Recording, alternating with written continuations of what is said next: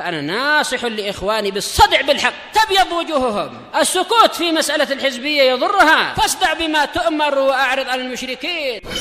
سلامي على دماج ورجالها والشيخ يحيى ودار العلم يا سعد بانيها.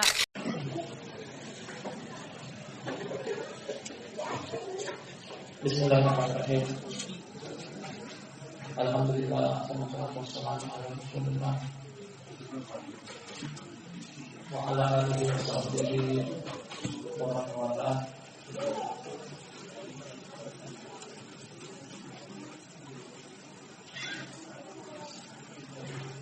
Asyhadu an la ilaha illallah wahdahu la syarika lah wa asyhadu anna Muhammadan abduhu wa rasuluh. Amma ba'du.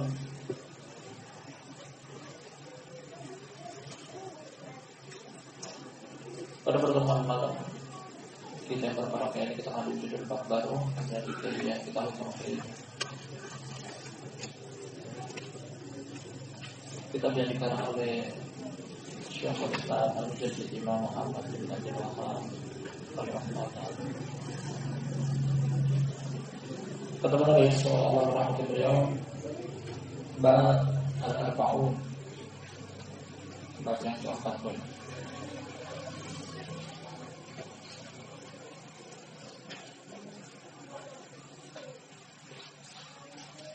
Berjudul bab dalam kitab penulisnya.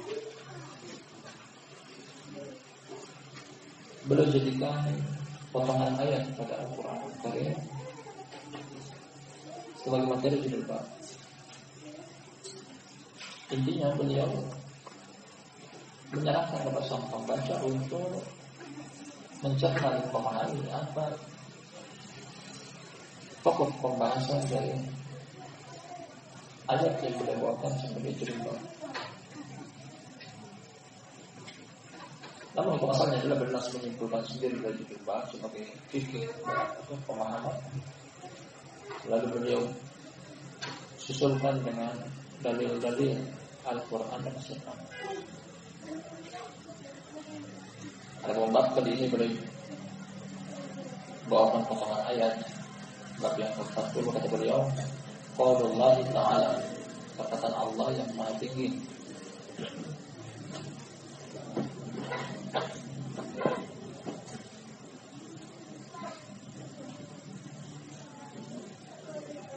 Potongan dari surat An-Nahl. Kata Allah, ya'rifuna ni'matallahi tsumma yunkirunaha wa aktsaruhumul kafirun.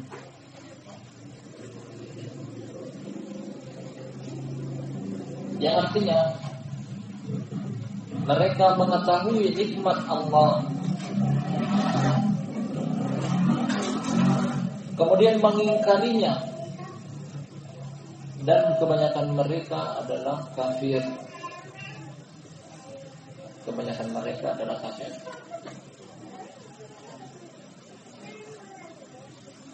Inti dari judul bab berkaitan dengan kitab Tauhid pada potongan akhir dari ayat ini, wa aktsarahumul kafirun. Perbuatan yang disebutkan di depan ada perbuatan orang-orang kafir. Artinya menyelisih tauhid, materi yang sudah kita kaji.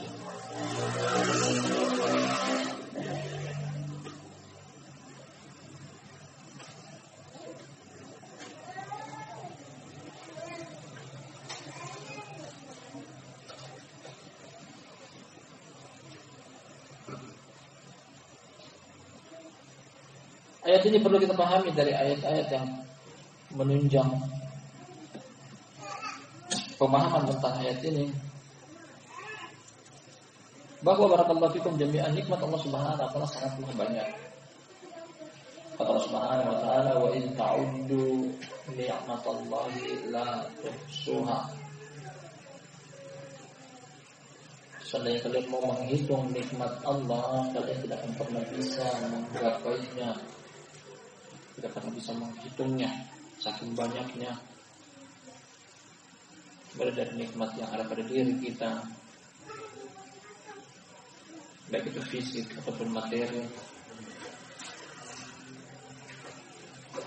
kepada nikmat yang ada di sekitaran kita, berupa nikmat keluarga, istri dan anak, harta benda dunia yang lainnya.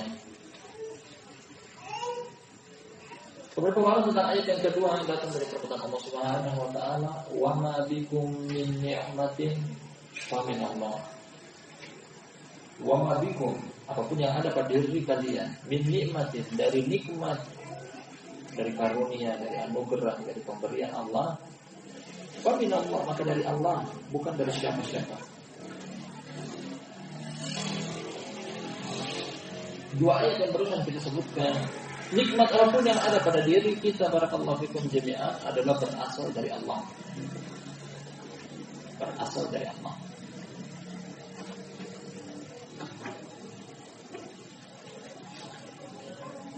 Kemudian Allah Subhanahu wa taala menganjurkan bagi setiap orang yang diberikan nikmat oleh Allah Subhanahu wa taala untuk mensyukurinya. Kata Allah Subhanahu wa taala,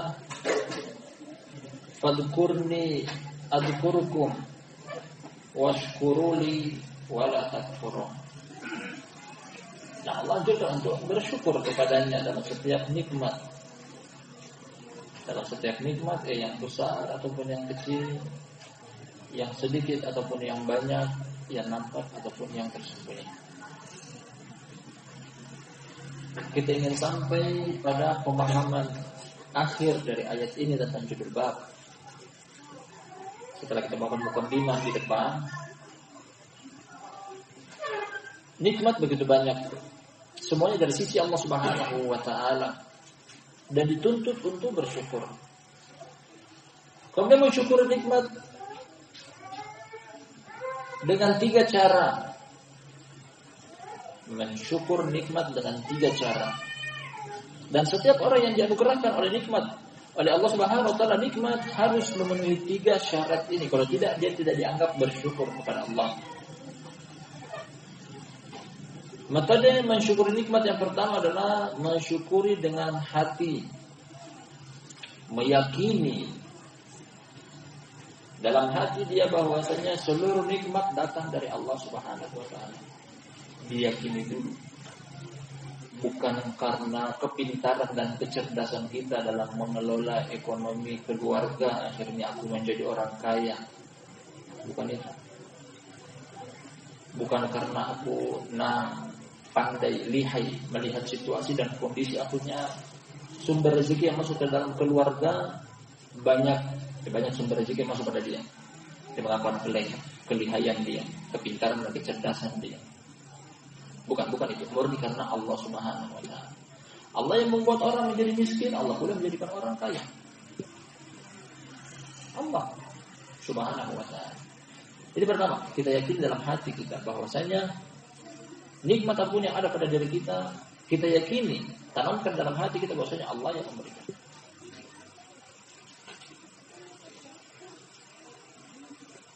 Datang pemahaman hadis dari Nabi sallallahu alaihi wasallam bahwasanya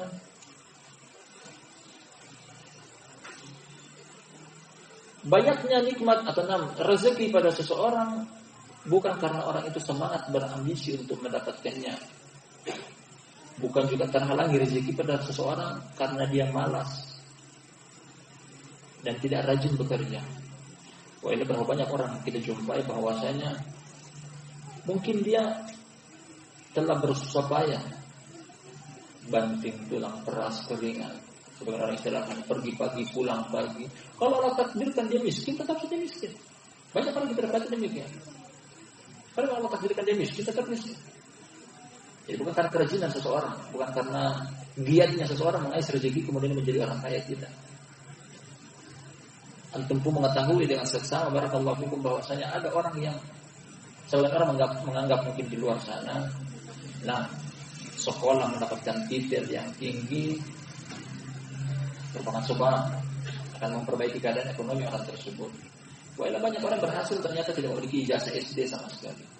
Ada juga orang yang mungkin sampai tingkatan S1, S2 ternyata tapi Allah takdirkan dia miskin, Artinya apa? Seluruhnya datang dari sisi Allah Subhanahu wa taala. Allah yang mentakdirkan miskin dan kaya, kenyang dan lapar, banyak dan sedikit.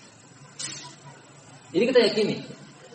dalam hati kita. Metode mensyukur nikmat yang pertama adalah mensyukur nikmat dengan hati kita. Meyakini bahwasanya nikmat apapun datang dari sisi Allah Subhanahu wa taala. Kemudian yang kedua, bentuk syukur nikmat yang kedua adalah syukur nikmat dengan lisan. Pahami ini, antum akan masuk pada ayat yang akan kita sebutkan nantinya. Bentuk syukur nikmat yang kedua adalah bersyukur dengan lisan. Setelah meyakini dalam hati, kita ucapkan dengan lisan kita setelah mendapatkan nikmat. Alhamdulillah wa syukurillah. Konsentrasi pada satu pemahaman ini, karena ini berkaitan dengan apa yang akan kita kaji nantinya. Kita ulangi bahwasanya mensyukur nikmat jenis yang kedua adalah mensyukur nikmat dengan lisan. Setelah mendapatkan nikmat, kita yakin bahwasanya itu datang dari sisi Allah Subhanahu wa taala. Kemudian lisan kita pun mencocoki apa yang ada dalam hati kita, apa yang ada dalam dada kita. Alhamdulillah wa syukurillah. Segala puji bagi Allah. Dialah yang memberikan nikmat dan seterusnya. Ucapan-ucapan lisan yang menandakan penisbatan nikmat hanya kepada Allah. Kemudian bentuk syukur nikmat yang ketiga adalah mensyukuri dengan anggota tubuh. Dan ini kebanyakan orang melalaikannya. Maksudnya apa? Membalas syukur nikmat dari Allah Subhanahu wa taala dengan cara beribadah kepada Dia. Dan ini setinggi-tingginya. Setinggi-tinggi tingkatan bersyukur kepada Allah Subhanahu wa taala. Kebanyakan orang mensyukuri nikmat hanya dengan lisan, alhamdulillah. Tapi ketika ditanya dia beribadah kepada Allah Subhanahu wa taala atau tidak, ternyata tidak. Datang hadis dari Aisyah radhiyallahu anha dalam sahih. Kata dia, "Ra'aitu Nabi sallallahu alaihi wasallam yusalli min al-lail hatta tatafattar qadamah." Kata Aisyah, aku pernah melihat Nabi sallallahu alaihi wasallam, beliau pernah salat malam sampai kaki beliau berdarah. Tumit beliau berdarah. Supaya kita mungkin kaki kita berdarah karena terlalu serius mencari rezeki. Wa ila Nabi SAW kaki beliau berdarah karena apa? Karena beribadah. Terlalu panjang sholat malamnya sampai berdarah. Kemudian Aisyah radhiyallahu anha menyangka perbuatan beliau tersebut, ya Rasulullah lima tasna dzalik wa qad ghafarallahu laka ma taqaddama min dzambika wa ma ta'akhkhara. Wahai Rasulullah, kenapa katakan engkau melakukan hal tersebut padahal Allah telah mengampuni dosa engkau baik itu yang dahulu ataupun yang akan datang. Tidak perlu sampai seperti itu menurut Aisyah. Allah telah mengampuni dosa. Engkau tidak engkau tidak melakukan hal tersebut pun, salat engkau biasa-biasa pun ada jaminan dari Allah bahwasanya dosa engkau akan terampuni. Apa yang dijawab oleh Nabi sallallahu alaihi wasallam? Kata beliau, "Afala akuna abdan syakura?" Tidak bolehkah aku menjadi hamba yang bersyukur? Jadi bersyukurnya Nabi sallallahu alaihi wasallam dengan nikmat yang begitu banyak Allah anugerahkan kepada beliau dengan cara syukur dengan anggota tubuh. Subhanallah. Ini terkadang kita lalai. Hanya syukur dengan lisan walhamdulillah, tapi salat atau tidak Allah a'lam. Puasa atau tidak Allah a'lam. Ruku atau sujud Allah a'lam. Ini 3 tingkatan syukur yang datang dalil padanya. Setelah kita mengatakan tentang muqaddimah di depan, kita kaitkan dengan ayat yang beliau sang penulis jadikan sebagai judul bab. Ya'rifuna nikmatallahi summa yunkirunaha.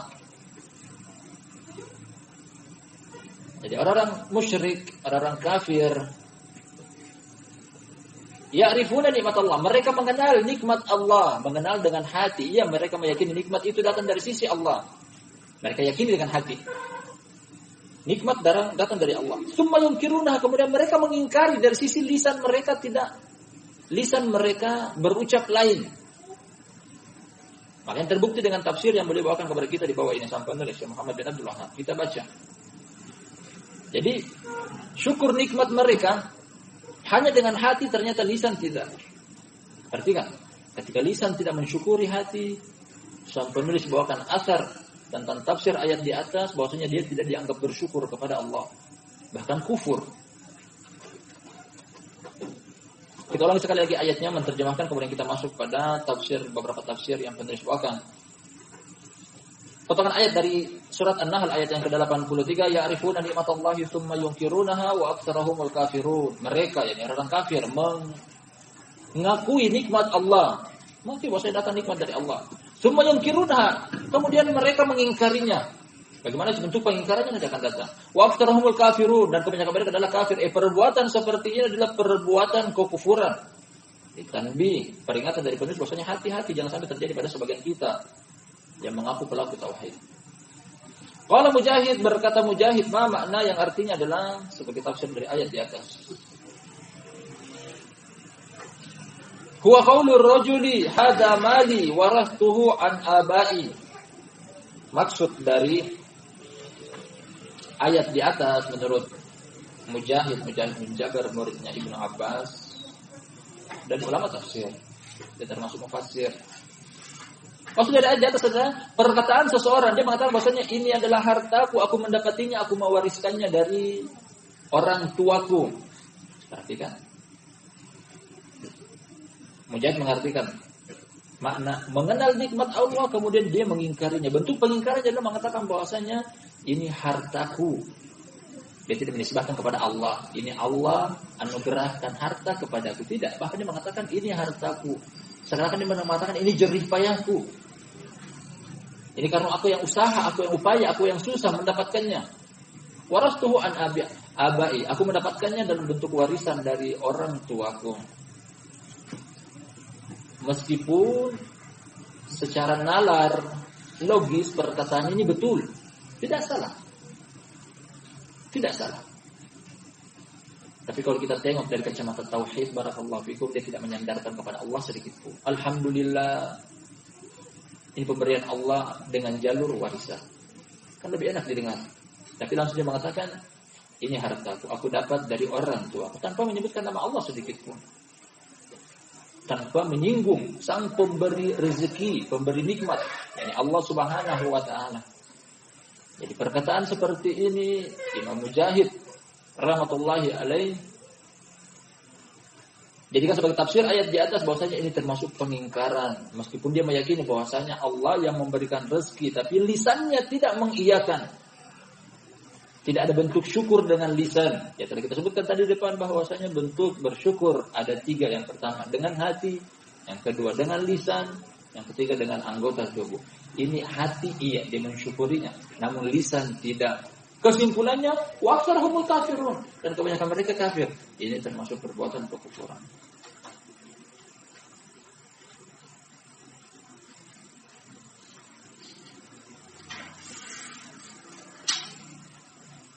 Karena kenapa tidak sinkron antara bersyukur hati dengan bersyukur lisan.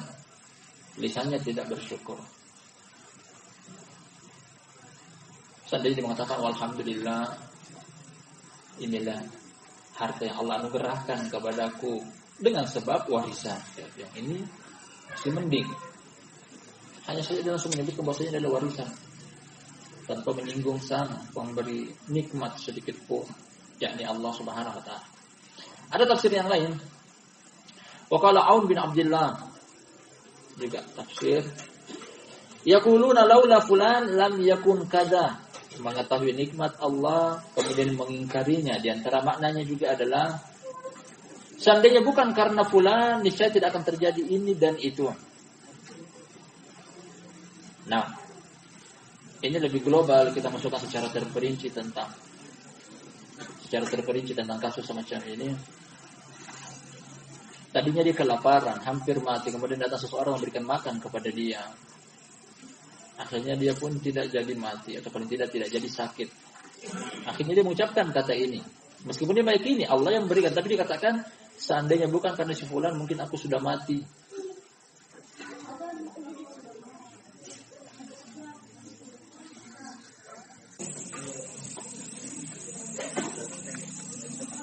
Kita lanjutkan. Kita lihat pembacaan waqala Aun bin Abdullah dan kata Aun bin Abdullah.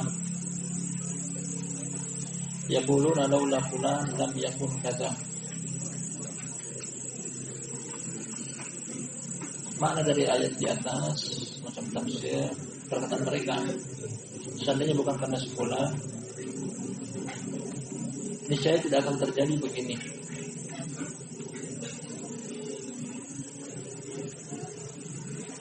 Perkataan ini berandai-andai. Kita berikan contoh tadi depan seperti seseorang yang mungkin akan tertimpa musibah. Di tengah jalan dia berjalan dengan saudaranya atau temannya, kemudian datang kendaraan yang kencang. Kemudian dia menarik temannya sambil mengatakan bahwasanya hati-hati di jalan ada kendaraan yang kencang. Karena teguran itu akhirnya dia waspada. Dia menepi ke pinggir jalan. Dengan sebab teguran tersebut dia terhindar dari kecelakaan. Kemudian ucapan semacam ini terucap. Laula fulan lam yakun kada. Seandainya bukan karena engkau mungkin sudah terjadi kecelakaan. Secara nalar, iya betul masuk di akal. Namun dengan sudut pandang tauhid, hal semacam ini termasuk mengingkari karena dia tidak menisbahkan kepada Allah Subhanahu wa taala. Seandainya mengatakan alhamdulillah karena Allah, kemudian karena engkau, langsung menyebutkan tentang si fulan, karena sebab fulanlah terjadi keselamatan. Dan dia lupa sebenarnya Allah Subhanahu wa taala mentakdirkan, memberikan nikmat, yang menganugerahkan. Jadi lupa kepada sang pemberi nikmat, hanya menyandarkan nikmat kepada sebab, wa aktsaruhumul kafirun. Ini termasuk mengingkari nikmat Allah dan tergolong perbuatan kekufuran. Jadi penulis ingin memberikan tanbih kepada kita dari judul bab ini tentang syukur nikmat berupa mensyukuri dengan apa yang tadi kita singgung di depan. Bersyukur dengan hati, bersyukur dengan lisan, serta bersyukur dengan anggota tubuh. Baru terlaksana yang namanya syukur nikmat. Kalau cuma syukur dengan hati, tidak mensyukuri dengan lisan, bisa jadi dia mengingkari, tergolong mengingkari nikmat. Atau mensyukuri nikmat hanya dengan hati, hanya dengan lisan, tanpa mensyukuri dengan anggota tubuh pun bisa jadi dia mengingkari nikmat yang Allah Subhanahu wa taala anugerahkan. Terakhir tafsir yang ketiga datang dari Qala Qutaibah. Yaqulun hadza bi syafaati alihatina. Yang ketiga ini lebih parah dan nampak jelas kekufurannya tanpa ada takwil. Mana tafsir di atas tentang mengetahui nikmat, menyandarkannya kepada Allah, namun mengingkarinya dengan lisan mereka, dengan perkataan mereka, ada bi syafaati alihatina. Nikmat ini karena syafaat dari sesembahan kami, berhala-berhala kami, bebatuan atau pepohonan yang dijadikan sebagai perantara antara kami dengan Allah. Mereka menyandarkan nikmat ini kepada sesembahan, padahal cuma berupa perantara. Namun lupa dengan sang pemberi nikmat, yakni Allah Subhanahu wa taala. Yang ketiga lebih jelas-jelas kekufuran, karena selain mereka mengingkari nikmat datang dari sisi Allah, malah mereka menyandarkan kepada sesembahan selain Allah Subhanahu wa taala. Yang ini jelas-jelas keliru. Dari tiga tafsir yang penulis bawakan kepada kita bisa simpulkan di atas bahwasanya menisbatkan nikmat hanya kepada sebab, kemudian lupa dengan sang pemberi nikmat, ini namanya mengingkari nikmat. Kita ulangi, kita ingin simpulkan dari judul bab ini karena penulis bawakan judul bab berupa ayat. Makanya kita katakan kebiasaan penulis dalam hal ini, dalam hal semacam ini membawakan judul bab berupa potongan ayat. Beliau menyerahkan kepada kita, beliau anjurkan kepada kita untuk menyimpulkan sendiri bahwasanya apa yang dimaksud dari judul bab. Pokok pembahasannya apa? Yaitu menyandarkan nikmat hanya kepada sebab, lupa kepada sang pemberi nikmat, termasuk mengingkari nikmat. Dan kalau mengingkari nikmat, kesimpulannya di akhir ayat, wa aktsaruhumul kafirun. Ini adalah perbuatan kekufuran. Ini adalah perbuatan kekufuran.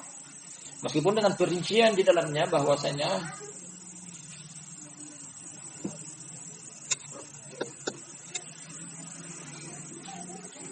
perincian yang bisa kita simpulkan kapan seseorang tersebut sampai pada tingkatan kekufuran yang mengeluarkan dari agama, atau hanya dijuluki dengan kufur nikmat, kufrun duna kufrin yang datang dari Ibnu Abbas, artinya dia tidak sampai tingkatan kekufuran, namun ini termasuk perbuatan yang parah, berat, fatal. Namun tidak sampai mengeluarkan daripada kekufuran.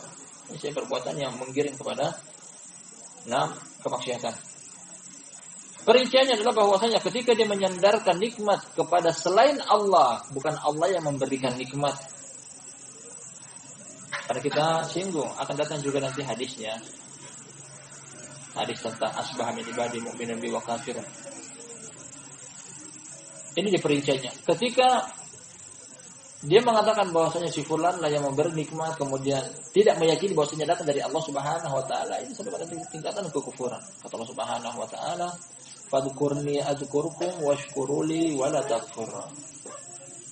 Karena mutaradif atau mubayyin antara nikmat atau syukur adalah kufur.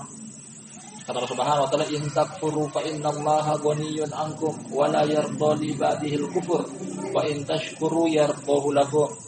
Apabila kalian kufur, secara umum di sini baik itu kufur pengingkaran terhadap Allah ataupun kufur nikmat, fa innallaha ghaniyyun 'ankum, karena Allah Maha tidak butuh dengan kalian, wa la yarda li ba'dihil kufur, dan Allah tidak ridho dengan kekufuran dari hamba-hambanya. Kemudian Allah sebutkan setelah kekufuran lawannya adalah wa in tashkuru yardahu lakum, apabila kalian bersyukur dia ridho kepada kalian. Yang kedua, apabila dia menjadikan dia meyakini bahwasanya Allah Subhanahu wa taala sang pemberi nikmat. Namun dengan perbuatan seperti ini, dia pun paling pertama menyinggung tentang sebab.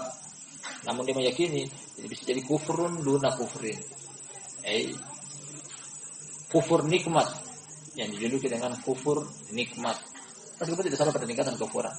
Seperti datang dalam hadis Nabi sallallahu alaihi wasallam dari hadis Ibnu Abbas dalam Sahih Bukhari. Nabi SAW ketika beliau berkhutbah di hadapan para wanita, khutbah Idul Adha, yang terkhutbah yang beliau ucapkan adalah, "Ya ma'syaran nisa tasaddaqna fa inni ra'aitukunna aktsara ahlin nar." Wahai segenap kaum wanita, banyaklah bersedekah karena aku melihat kebanyakan dari kalian adalah penduduk neraka. Mayoritas penduduk neraka dari kalangan wanita. Kemudian ada seorang wanita yang bertanya tentang hal tersebut, "Kaifa dzalik, wahai Rasulullah, bagaimana mungkin bisa terjadi hal tersebut? Kenapa kalkulasi wanita jumlah penduduk neraka lebih banyak daripada jumlah penduduk neraka daripada kaum laki-laki?" Karena kemudian kata Nabi SAW, "Li'anna kunna takfurnal ashir wa tukthirnal la'na." Karena kalian banyak memperbanyak melaknat kemudian mengingkari nikmat. Kufur nikmat, takfurnal ashir, kufur nikmat. Diterangkan lagi oleh Nabi SAW tentang kufur nikmat tersebut adalah bahwasanya suami kalian memberikan kalian nafkah seumur hidupnya, kemudian sehari saja dia tidak memberikan nafkah, kemudian kalian mengucapkan, "Engkau tidak pernah memberikan aku sama sekali." Ini namanya kufur nikmat. Dan kufur nikmat ini tidak sampai pada tingkatan kekufuran yang mengeluarkan agama, namun dijuluki dengan para ulama kufrun duna kufrin. Kufur tapi kufur yang kecil, kufur nikmat. Ini pun bahaya. Biar bagaimanapun yang namanya penisbatan kepada kekufuran adalah termasuk dosa besar. Ini perinciannya. Jadi penulis ingin ajarkan kepada kita bahwa mengingkari nikmat, termasuk pengingkaran nikmat adalah hanya menyandarkan kepada sebab kemudian lupa kepada sang pemberi nikmat. Ini pun termasuk perbuatan kekufuran yang bisa jadi melunturkan tauhid seseorang. Bisa jadi melunturkan tauhid seseorang.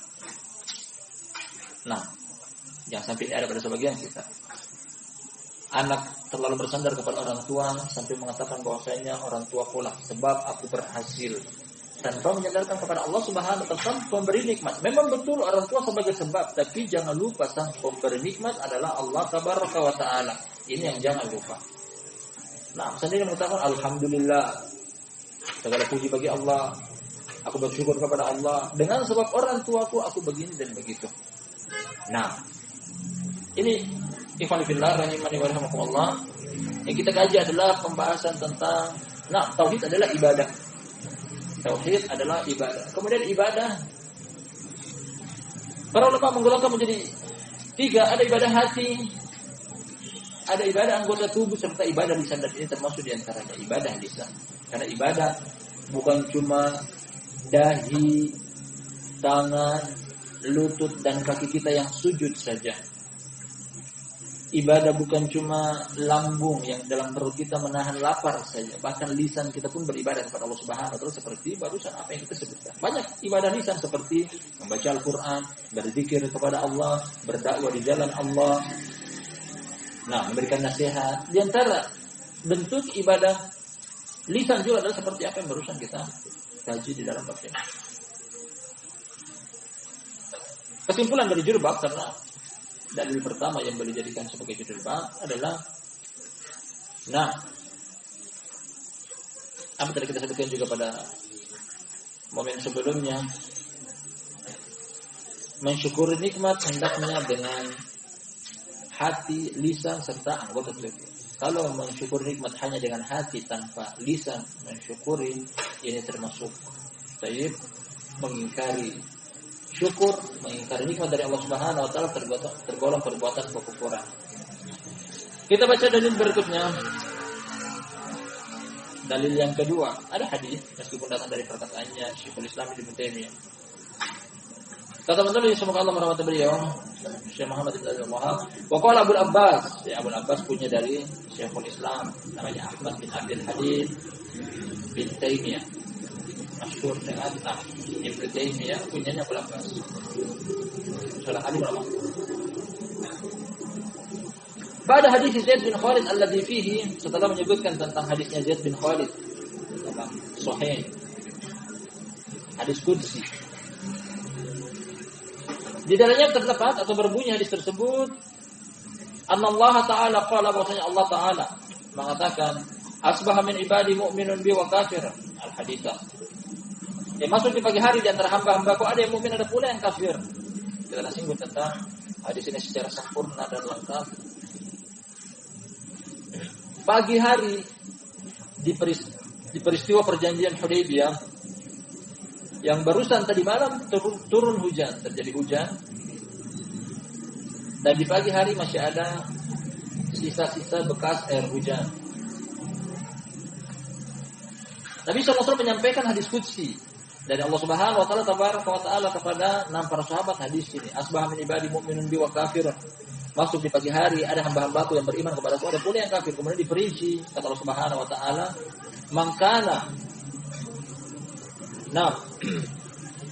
Mangkana yakun mutirna binau'i kada wa kada fadzalika kafirun bi mu'minun bil kawkab. Wa man qala mutirna bi fadlillahi wa rahmati fadzalika mu'minun bi wa kafirun bi kawkab. Barang siapa mengatakan di antara hamba-hambaku bahwasanya kami dihujani oleh bintang ini dan bintang itu, berarti dia telah kufur kepadaku dan beriman, yaitu percaya kepada bintang-bintang. Dan barang siapa yang mengatakan bahwasanya kami dihujani oleh karunia dan anugerah dari Allah, maka dialah yang beriman kepadaku, kufur atau mengingkari tentang bintang-bintang. Hadis ini yang beliau maksudkan. Syekhul Islam Abu Abbas Ahmad bin Abdul Halim bin Taimiyah. Waqad taqaddama, kata penulis di sini telah terdahulu pada halaman ke-85. Wa hadza katsirun fil kitabi was sunnah, yadum subhanahu man yudifu in'amahu ila ghairihi wa yusyriku bihi. Dan hal semacam ini banyak dijumpai dalam kitab dan as-sunnah. Allah Subhanahu wa taala mencela orang-orang yang menyandarkan nikmat kepada selainnya, kepada selain Allah. Dan ini perbuatan kesyirikan. Ini perbuatan kesyirikan. Nah, dengan perincian bahwasanya ketika dia menyandarkan nikmat kepada selain Allah, dia meyakini bahwasanya bukan dari sisi Allah, tapi dari selain Allah, pun dijadikan sebagai sebab. Nah, ini musyrik, ini kafir. Apabila dia menyandarkan dengan hatinya nikmat kepada Allah Subhanahu wa taala, kemudian lisannya mengucap seperti apa yang datang dari tafsir ayat di atas, nah, hanya menyebutkan sebab tanpa menyebutkan sang pemberi rezeki tersebut yang bersumber darinya, ini na'am kufrun duna kufrin. Terus sebagian ulama kategori bahwasanya adalah syirik asghar. Syirik asghar.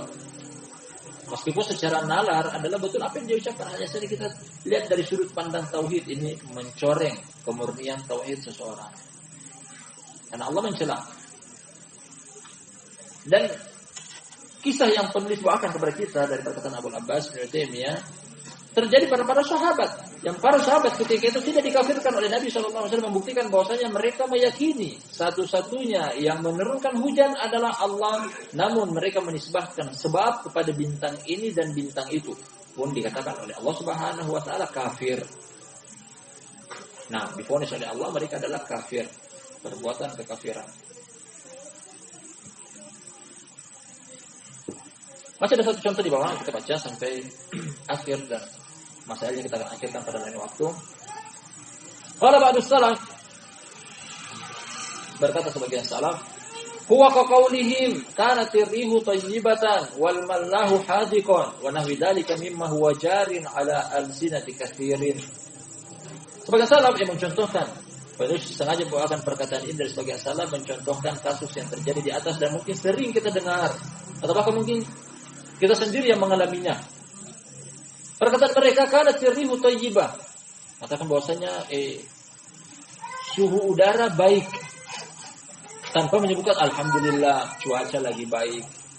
Tapi langsung mengatakan bahwasanya kebaikan itu datang dari angin, datang dari cuaca, datang dari suhu, datang dari iklim. Atau perkataan mereka wal mallahu hadiqan. Malah harus istilahnya nahkoda kapal, cerdas, pintar dalam mengendalikan kapal. Akhirnya kita terselamatkan dari badai, terselamatkan dari ombak, terselamatkan dari mara bahaya di tengah lautan. Jadi menyandarkan keselamatan dari badai di lautan hanya kepada si nahkoda kapal, si pengemudi kapal, bukan kepada Allah Subhanahu wa taala. Wa nahwi dzalika mimma huwa jarin ala alsinati katsir, dan lain sebagainya dari yang mungkin terjadi dari lisan kebanyakan orang. Nah, dia terhindar dari mara bahaya, terhindar dari petaka. Kemudian mengatakan bahwasanya karena si fulan aku selamat, kemudian lupa menisbahkan kepada Allah Subhanahu wa taala. Terjadi banjir, kemudian dia bergantung pada salah satu mungkin batang pohon yang sedang terapung di permukaan. Dia mengatakan bahwasanya batang pohon inilah yang menyelamatkan aku dari banjir, yang menenggelamkan aku, tanpa menyebutkan Allah Subhanahu wa taala sang pemberi keselamatan tersebut. Dan ini tergolong mengingkari nikmat meskipun dengan lisan dia, dan tergolong kekafiran. Kalau demikian yang kita simpulkan dari bab ini, sebelum kita baca nanti pada pertemuan berikutnya dari masail-masailnya adalah, hal ini tergolong mencoreng kemurnian tauhid seseorang. Semanfaat apapun orang tersebut atau benda tersebut kepada kita, hanya saja jangan lupa untuk menyandarkan itu hanyalah sebab.